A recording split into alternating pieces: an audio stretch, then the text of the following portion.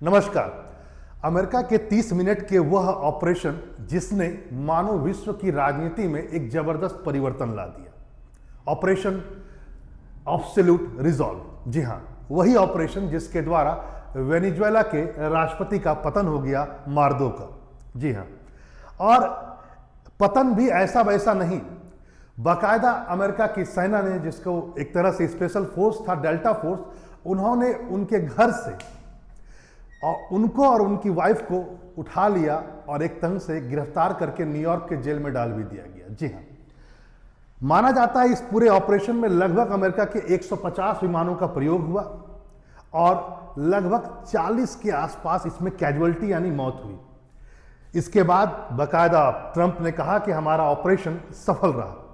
और इस घटना के बाद जहां वैश्विक राजनीति में जबरदस्त ढंग से परिवर्तन हुआ, वहीं ट्रंप आज उस दौर में आकर खड़े हो गए जहां पूर्व के कुछ रिपब्लिकन जो राष्ट्रपति थे वह भी थे। यानी ट्रंप आज के दिन में रीगन और जॉर्ज बुश जैसे रिपब्लिकन राष्ट्रपतियों के उस सीरीज में खड़े हो गए जिन्होंने विदेशी हस्तक्षेप किया और एक ढंग से कहा जाए अमेरिका के ताकत को विश्व में बताया। जी हाँ, यहां पर इस बात को भी जाने कि जरूर मादुरो के पतन के बाद उनके बहुत करीबी कहे जाने वाले और उपराष्ट्रपति भी हैं जिनका नाम है डेल्सी, उनको अभी फिलहाल कार्यवाहक राष्ट्रपति बनाया गया है। हम बात उस पर नहीं करेंगे, हम बात इस पर करेंगे कि आखिर इसने किस ढंग से विश्व में एक जबरदस्त नाटकीय परिवर्तन लाया, कम से कम शक्ति संतुलन के क्षेत्र में। हाँ, इसमें कोई शक नहीं है कि यह पूरा का पूरा जो वेनेजुएला पर किया गया अटैक है, यह तेल, ताकत और तख्ता पलट को बताता है जो अमेरिका के द्वारा किया गया। निसंदेह तेल एक बहुत बड़ा फीचर नहीं। वैसे एक बात मैं आज बता दूं, जब मैं इस बात को कहता हूं कि यह केवल और केवल ऐसा नहीं है कि वहां पर एक तख्ता पलट यानी कि अमेरिका ने वहां पर एक ढंग से कहा जाए कब्जा कर लिया, और ट्रंप ने तो बाकायदा इस बात को भी कह दिया कि अब हम ही चलाएंगे वेनेजुएला को। लेकिन सच्चाई यह है कि इससे बीजिंग बहुत आहत हुआ, और सच्चाई यह है कि चाइना आज उस हालत में आ गया है जब वह किसी को मुंह दिखाने लायक नहीं रहा। जी हां, बहुत दिनों से ताइवान पर अमेरिका और चाइना आमने सामने नजर आ रहे थे। हाल में आपको पता होगा कि चाइना ने सीधे अमेरिका को धमकी दे दी। यह पहली बार था जब विश्व में जब चाइना ने अमेरिका को इस ढंग से सीधे धमकी दी थी ताइवान पर, और उसने कहा था कि यदि अमेरिका युद्ध चाहता है तो हम युद्ध करेंगे, हम किसी से कम नहीं है, हमारी मिसाइल ऐसी है जिसमें एक साथ 60 वॉर हेड लग सकते हैं, और साथ ही साथ वो न्यूक्लियर वेपन को ले जा सकता है और हाइड्रोजन बम को भी ले जा सकता है। इस ढंग से खुली धमकी पहली बार इतिहास में चाइना ने अमेरिका को दी। लेकिन इस घटना के बाद आज हम चाइना उस बड़बोलेपन के बाद तो कम से कम कह सकते हैं अब किसी को मुंह दिखाने लायक नहीं रहा। क्यों? क्योंकि सच्चाई यह है कि 10 घंटे पहले ही शी जिनपिंग का एक बहुत ही करीबी राजदूत इनसे आकर के मिला था। सीधा मैं कहूं तो शी जिनपिंग ने वेनेजुएला के मार्दो को अपनी तरफ से एक दूत भेज करके उनको आश्वासन दिया कि तुम चिंता मत करो, अमेरिका कुछ नहीं कर पाएगा, हम तुम्हारे साथ खड़े हैं। कम से कम इस ढंग से बातें की गई। भेजा गया था यांग जेची को, यांग जेची इनका नाम है, बहुत करीबी माना जाता है शी जिनपिंग का, इनको भेजा गया। 10 घंटे पहले की यह तस्वीर है। 3 घंटे पहले उनका विमान वहां से बाहर ही निकला था कि अमेरिका ने मार दिया अटैक। किस पर? वेनेजुएला पर। यानी चीन जो बहुत समय से लैटिन अमेरिका में खासकर, और लैटिन अमेरिका में भी कम से कम वेनेजुएला के साथ जो एक संबंध बना रहा था, और अमेरिका के विरोध में कहा जाए जो कुछ है ना पासे और या मैं कहूं कुछ जो प्यादे उन्होंने सेट कर रखे थे, उन सबको अमेरिका ने एक बार में मात दे दिया।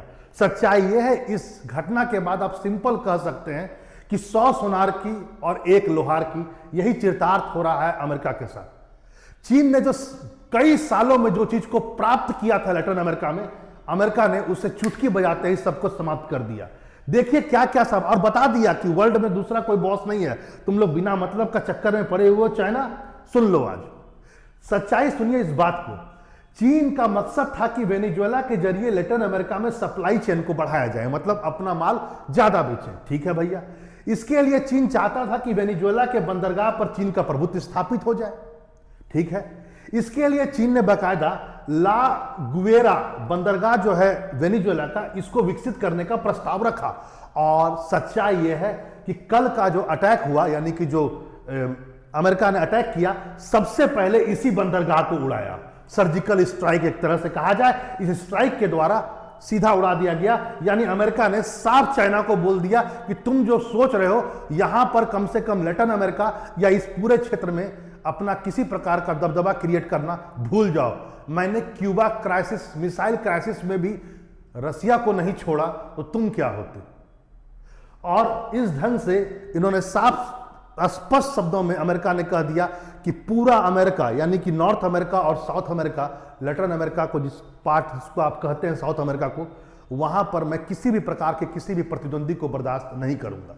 ठीक है, और अब चीन इस घटना के बाद कम से कम मुंह दिखाने लायक तो कहीं पर नहीं है, क्योंकि भाई उसका दूत वहीं पर था और आपने अटैक कर दिया। फिर तुम जिस बंदरगाह को तुम विकसित करना चाह रहे थे उसको अमेरिका ने उड़ा दिया। चीन के विदेश मंत्रालय में कुछ कहा, थोड़ी खिसियाली बिल्ली खंबा नोचे। वेनेजुएला में अमेरिका की अनैतिक दखल की हम आलोचना करते हैं। अमेरिका ने जो किया है उससे राजनीतिक और आर्थिक संकट पैदा हो गया। हम दुनिया से अपील करते हैं कि वेनेजुएला की राजनीतिक और क्षेत्रीय संप्रभुता की सुरक्षा की जाए। अरे भैया, सुरक्षा गारंटी तो आप ही देने गए थे, फिर आप पूरे विश्व को क्यों उसमें ढकेल रहे हैं। वैसे एक बात बता दूं, चीन के जो दूत वहां पर गए थे उन्होंने बाकायदा कहा था कि देखो, तुमसे जो हम 600 समझौता पहले से कर रखे हैं उन सबको अब आगे बढ़ाने का समय आ गया है और हम धीरे धीरे अब तुमसे समझौता को आगे बढ़ाते जाएंगे। अब क्या हुआ, सब धरा का धरा रह गया। वैसे कुछ बातों को आज आप और भी जाने, वो यह है कि जब अमेरिका के राष्ट्रपति ट्रंप शपथ ले रहे थे उसी समय की घटना है, चीन और वेनेजुएला ने एक तेल प्रोजेक्ट पर सहयोग पर सहमति जताई थी। इस प्रोजेक्ट का मकसद था कि वेनेजुएला के तेल उत्पादन को 5 गुना तक बढ़ा देना, यानी चीन वेनेजुएला के साथ मिलकर के उसके तेल उत्पादन को 5 गुना बढ़ाएगा। इसके लिए चीन ने लगभग 83,000 करोड़ रुपए का निवेश किया था। आर्थिक के साथ साथ चीन ने वेनेजुएला को यह भी कहा था कि हम तुमको सामरिक मदद भी देंगे। यानी सामरिक मदद में क्या क्या देंगे, आने वाले समय में हम तुमको फाइटर जेट देंगे, निगरानी करने वाले नौसैनिक जहाज भी देंगे। भैया, ये सब बातें कहा था और इस पर तो पहले वाले पर तो काम शुरू हो गया था, तेल वाले पर, दूसरे वाले पर होने वाला था। इससे पहले अमेरिका ने सब कुछ कह दिया और कर दिया। इसका मतलब एक बात सिंपल है कि मकसद सिर्फ तेल और तख्ता पलट का नहीं था, अमेरिका अपने ताकत को भी बताना चाहता था। और अमेरिका ने अब साफ कह दिया कि उसके पूरे क्षेत्र में वह किसी भी अदर प्रतिद्वंदी को यहां बर्दाश्त नहीं करेगा। और शायद अमेरिका ने यह भी कह दिया कि वर्ल्ड का शायद अभी भी डॉन वही है। वैसे इस बात को बता दें कि वेनेजुएला के पास विश्व का सबसे ज्यादा तेल भंडार है और सबसे बड़ा खरीदार उसका चाइना ही था, जो आज के तारीख में पिटता हुआ नजर आता है। वैसे इस बात को और भी जान लीजिए, भैया है कि वेनेजुएला की सपोर्ट में, क्योंकि बहुत दिनों से वेनेजुएला को घेरे हुए था उसके समुद्री इलाके को अमेरिका, तो कई बार रसिया ने, चाइना ने और ईरान ने इसका विरोध किया। ईरान ने तो यहां तक कह दिया कि हम तुम्हारा साथ देंगे।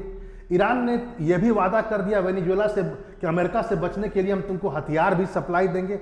अब वेनेजुएला वाले ढूंढ रहे हैं ईरान को कि तुम कहां हो, आओ। वैसे ईरान पहले अपने आप को बचा ले, ये बहुत बड़ी बात है। तो आप इस बात को समझ सकते हैं कि वेनेजुएला पर अटैक करके और वहां पर तख्ता पलट करके अमेरिका ने केवल वेनेजुएला को सबक नहीं सिखाया, कहीं ना कहीं मकसद चाइना भी था।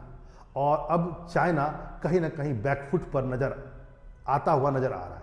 चलिए फिर मिलते हैं ऐसे इंफॉर्मेटिव वीडियो के साथ। नमस्कार।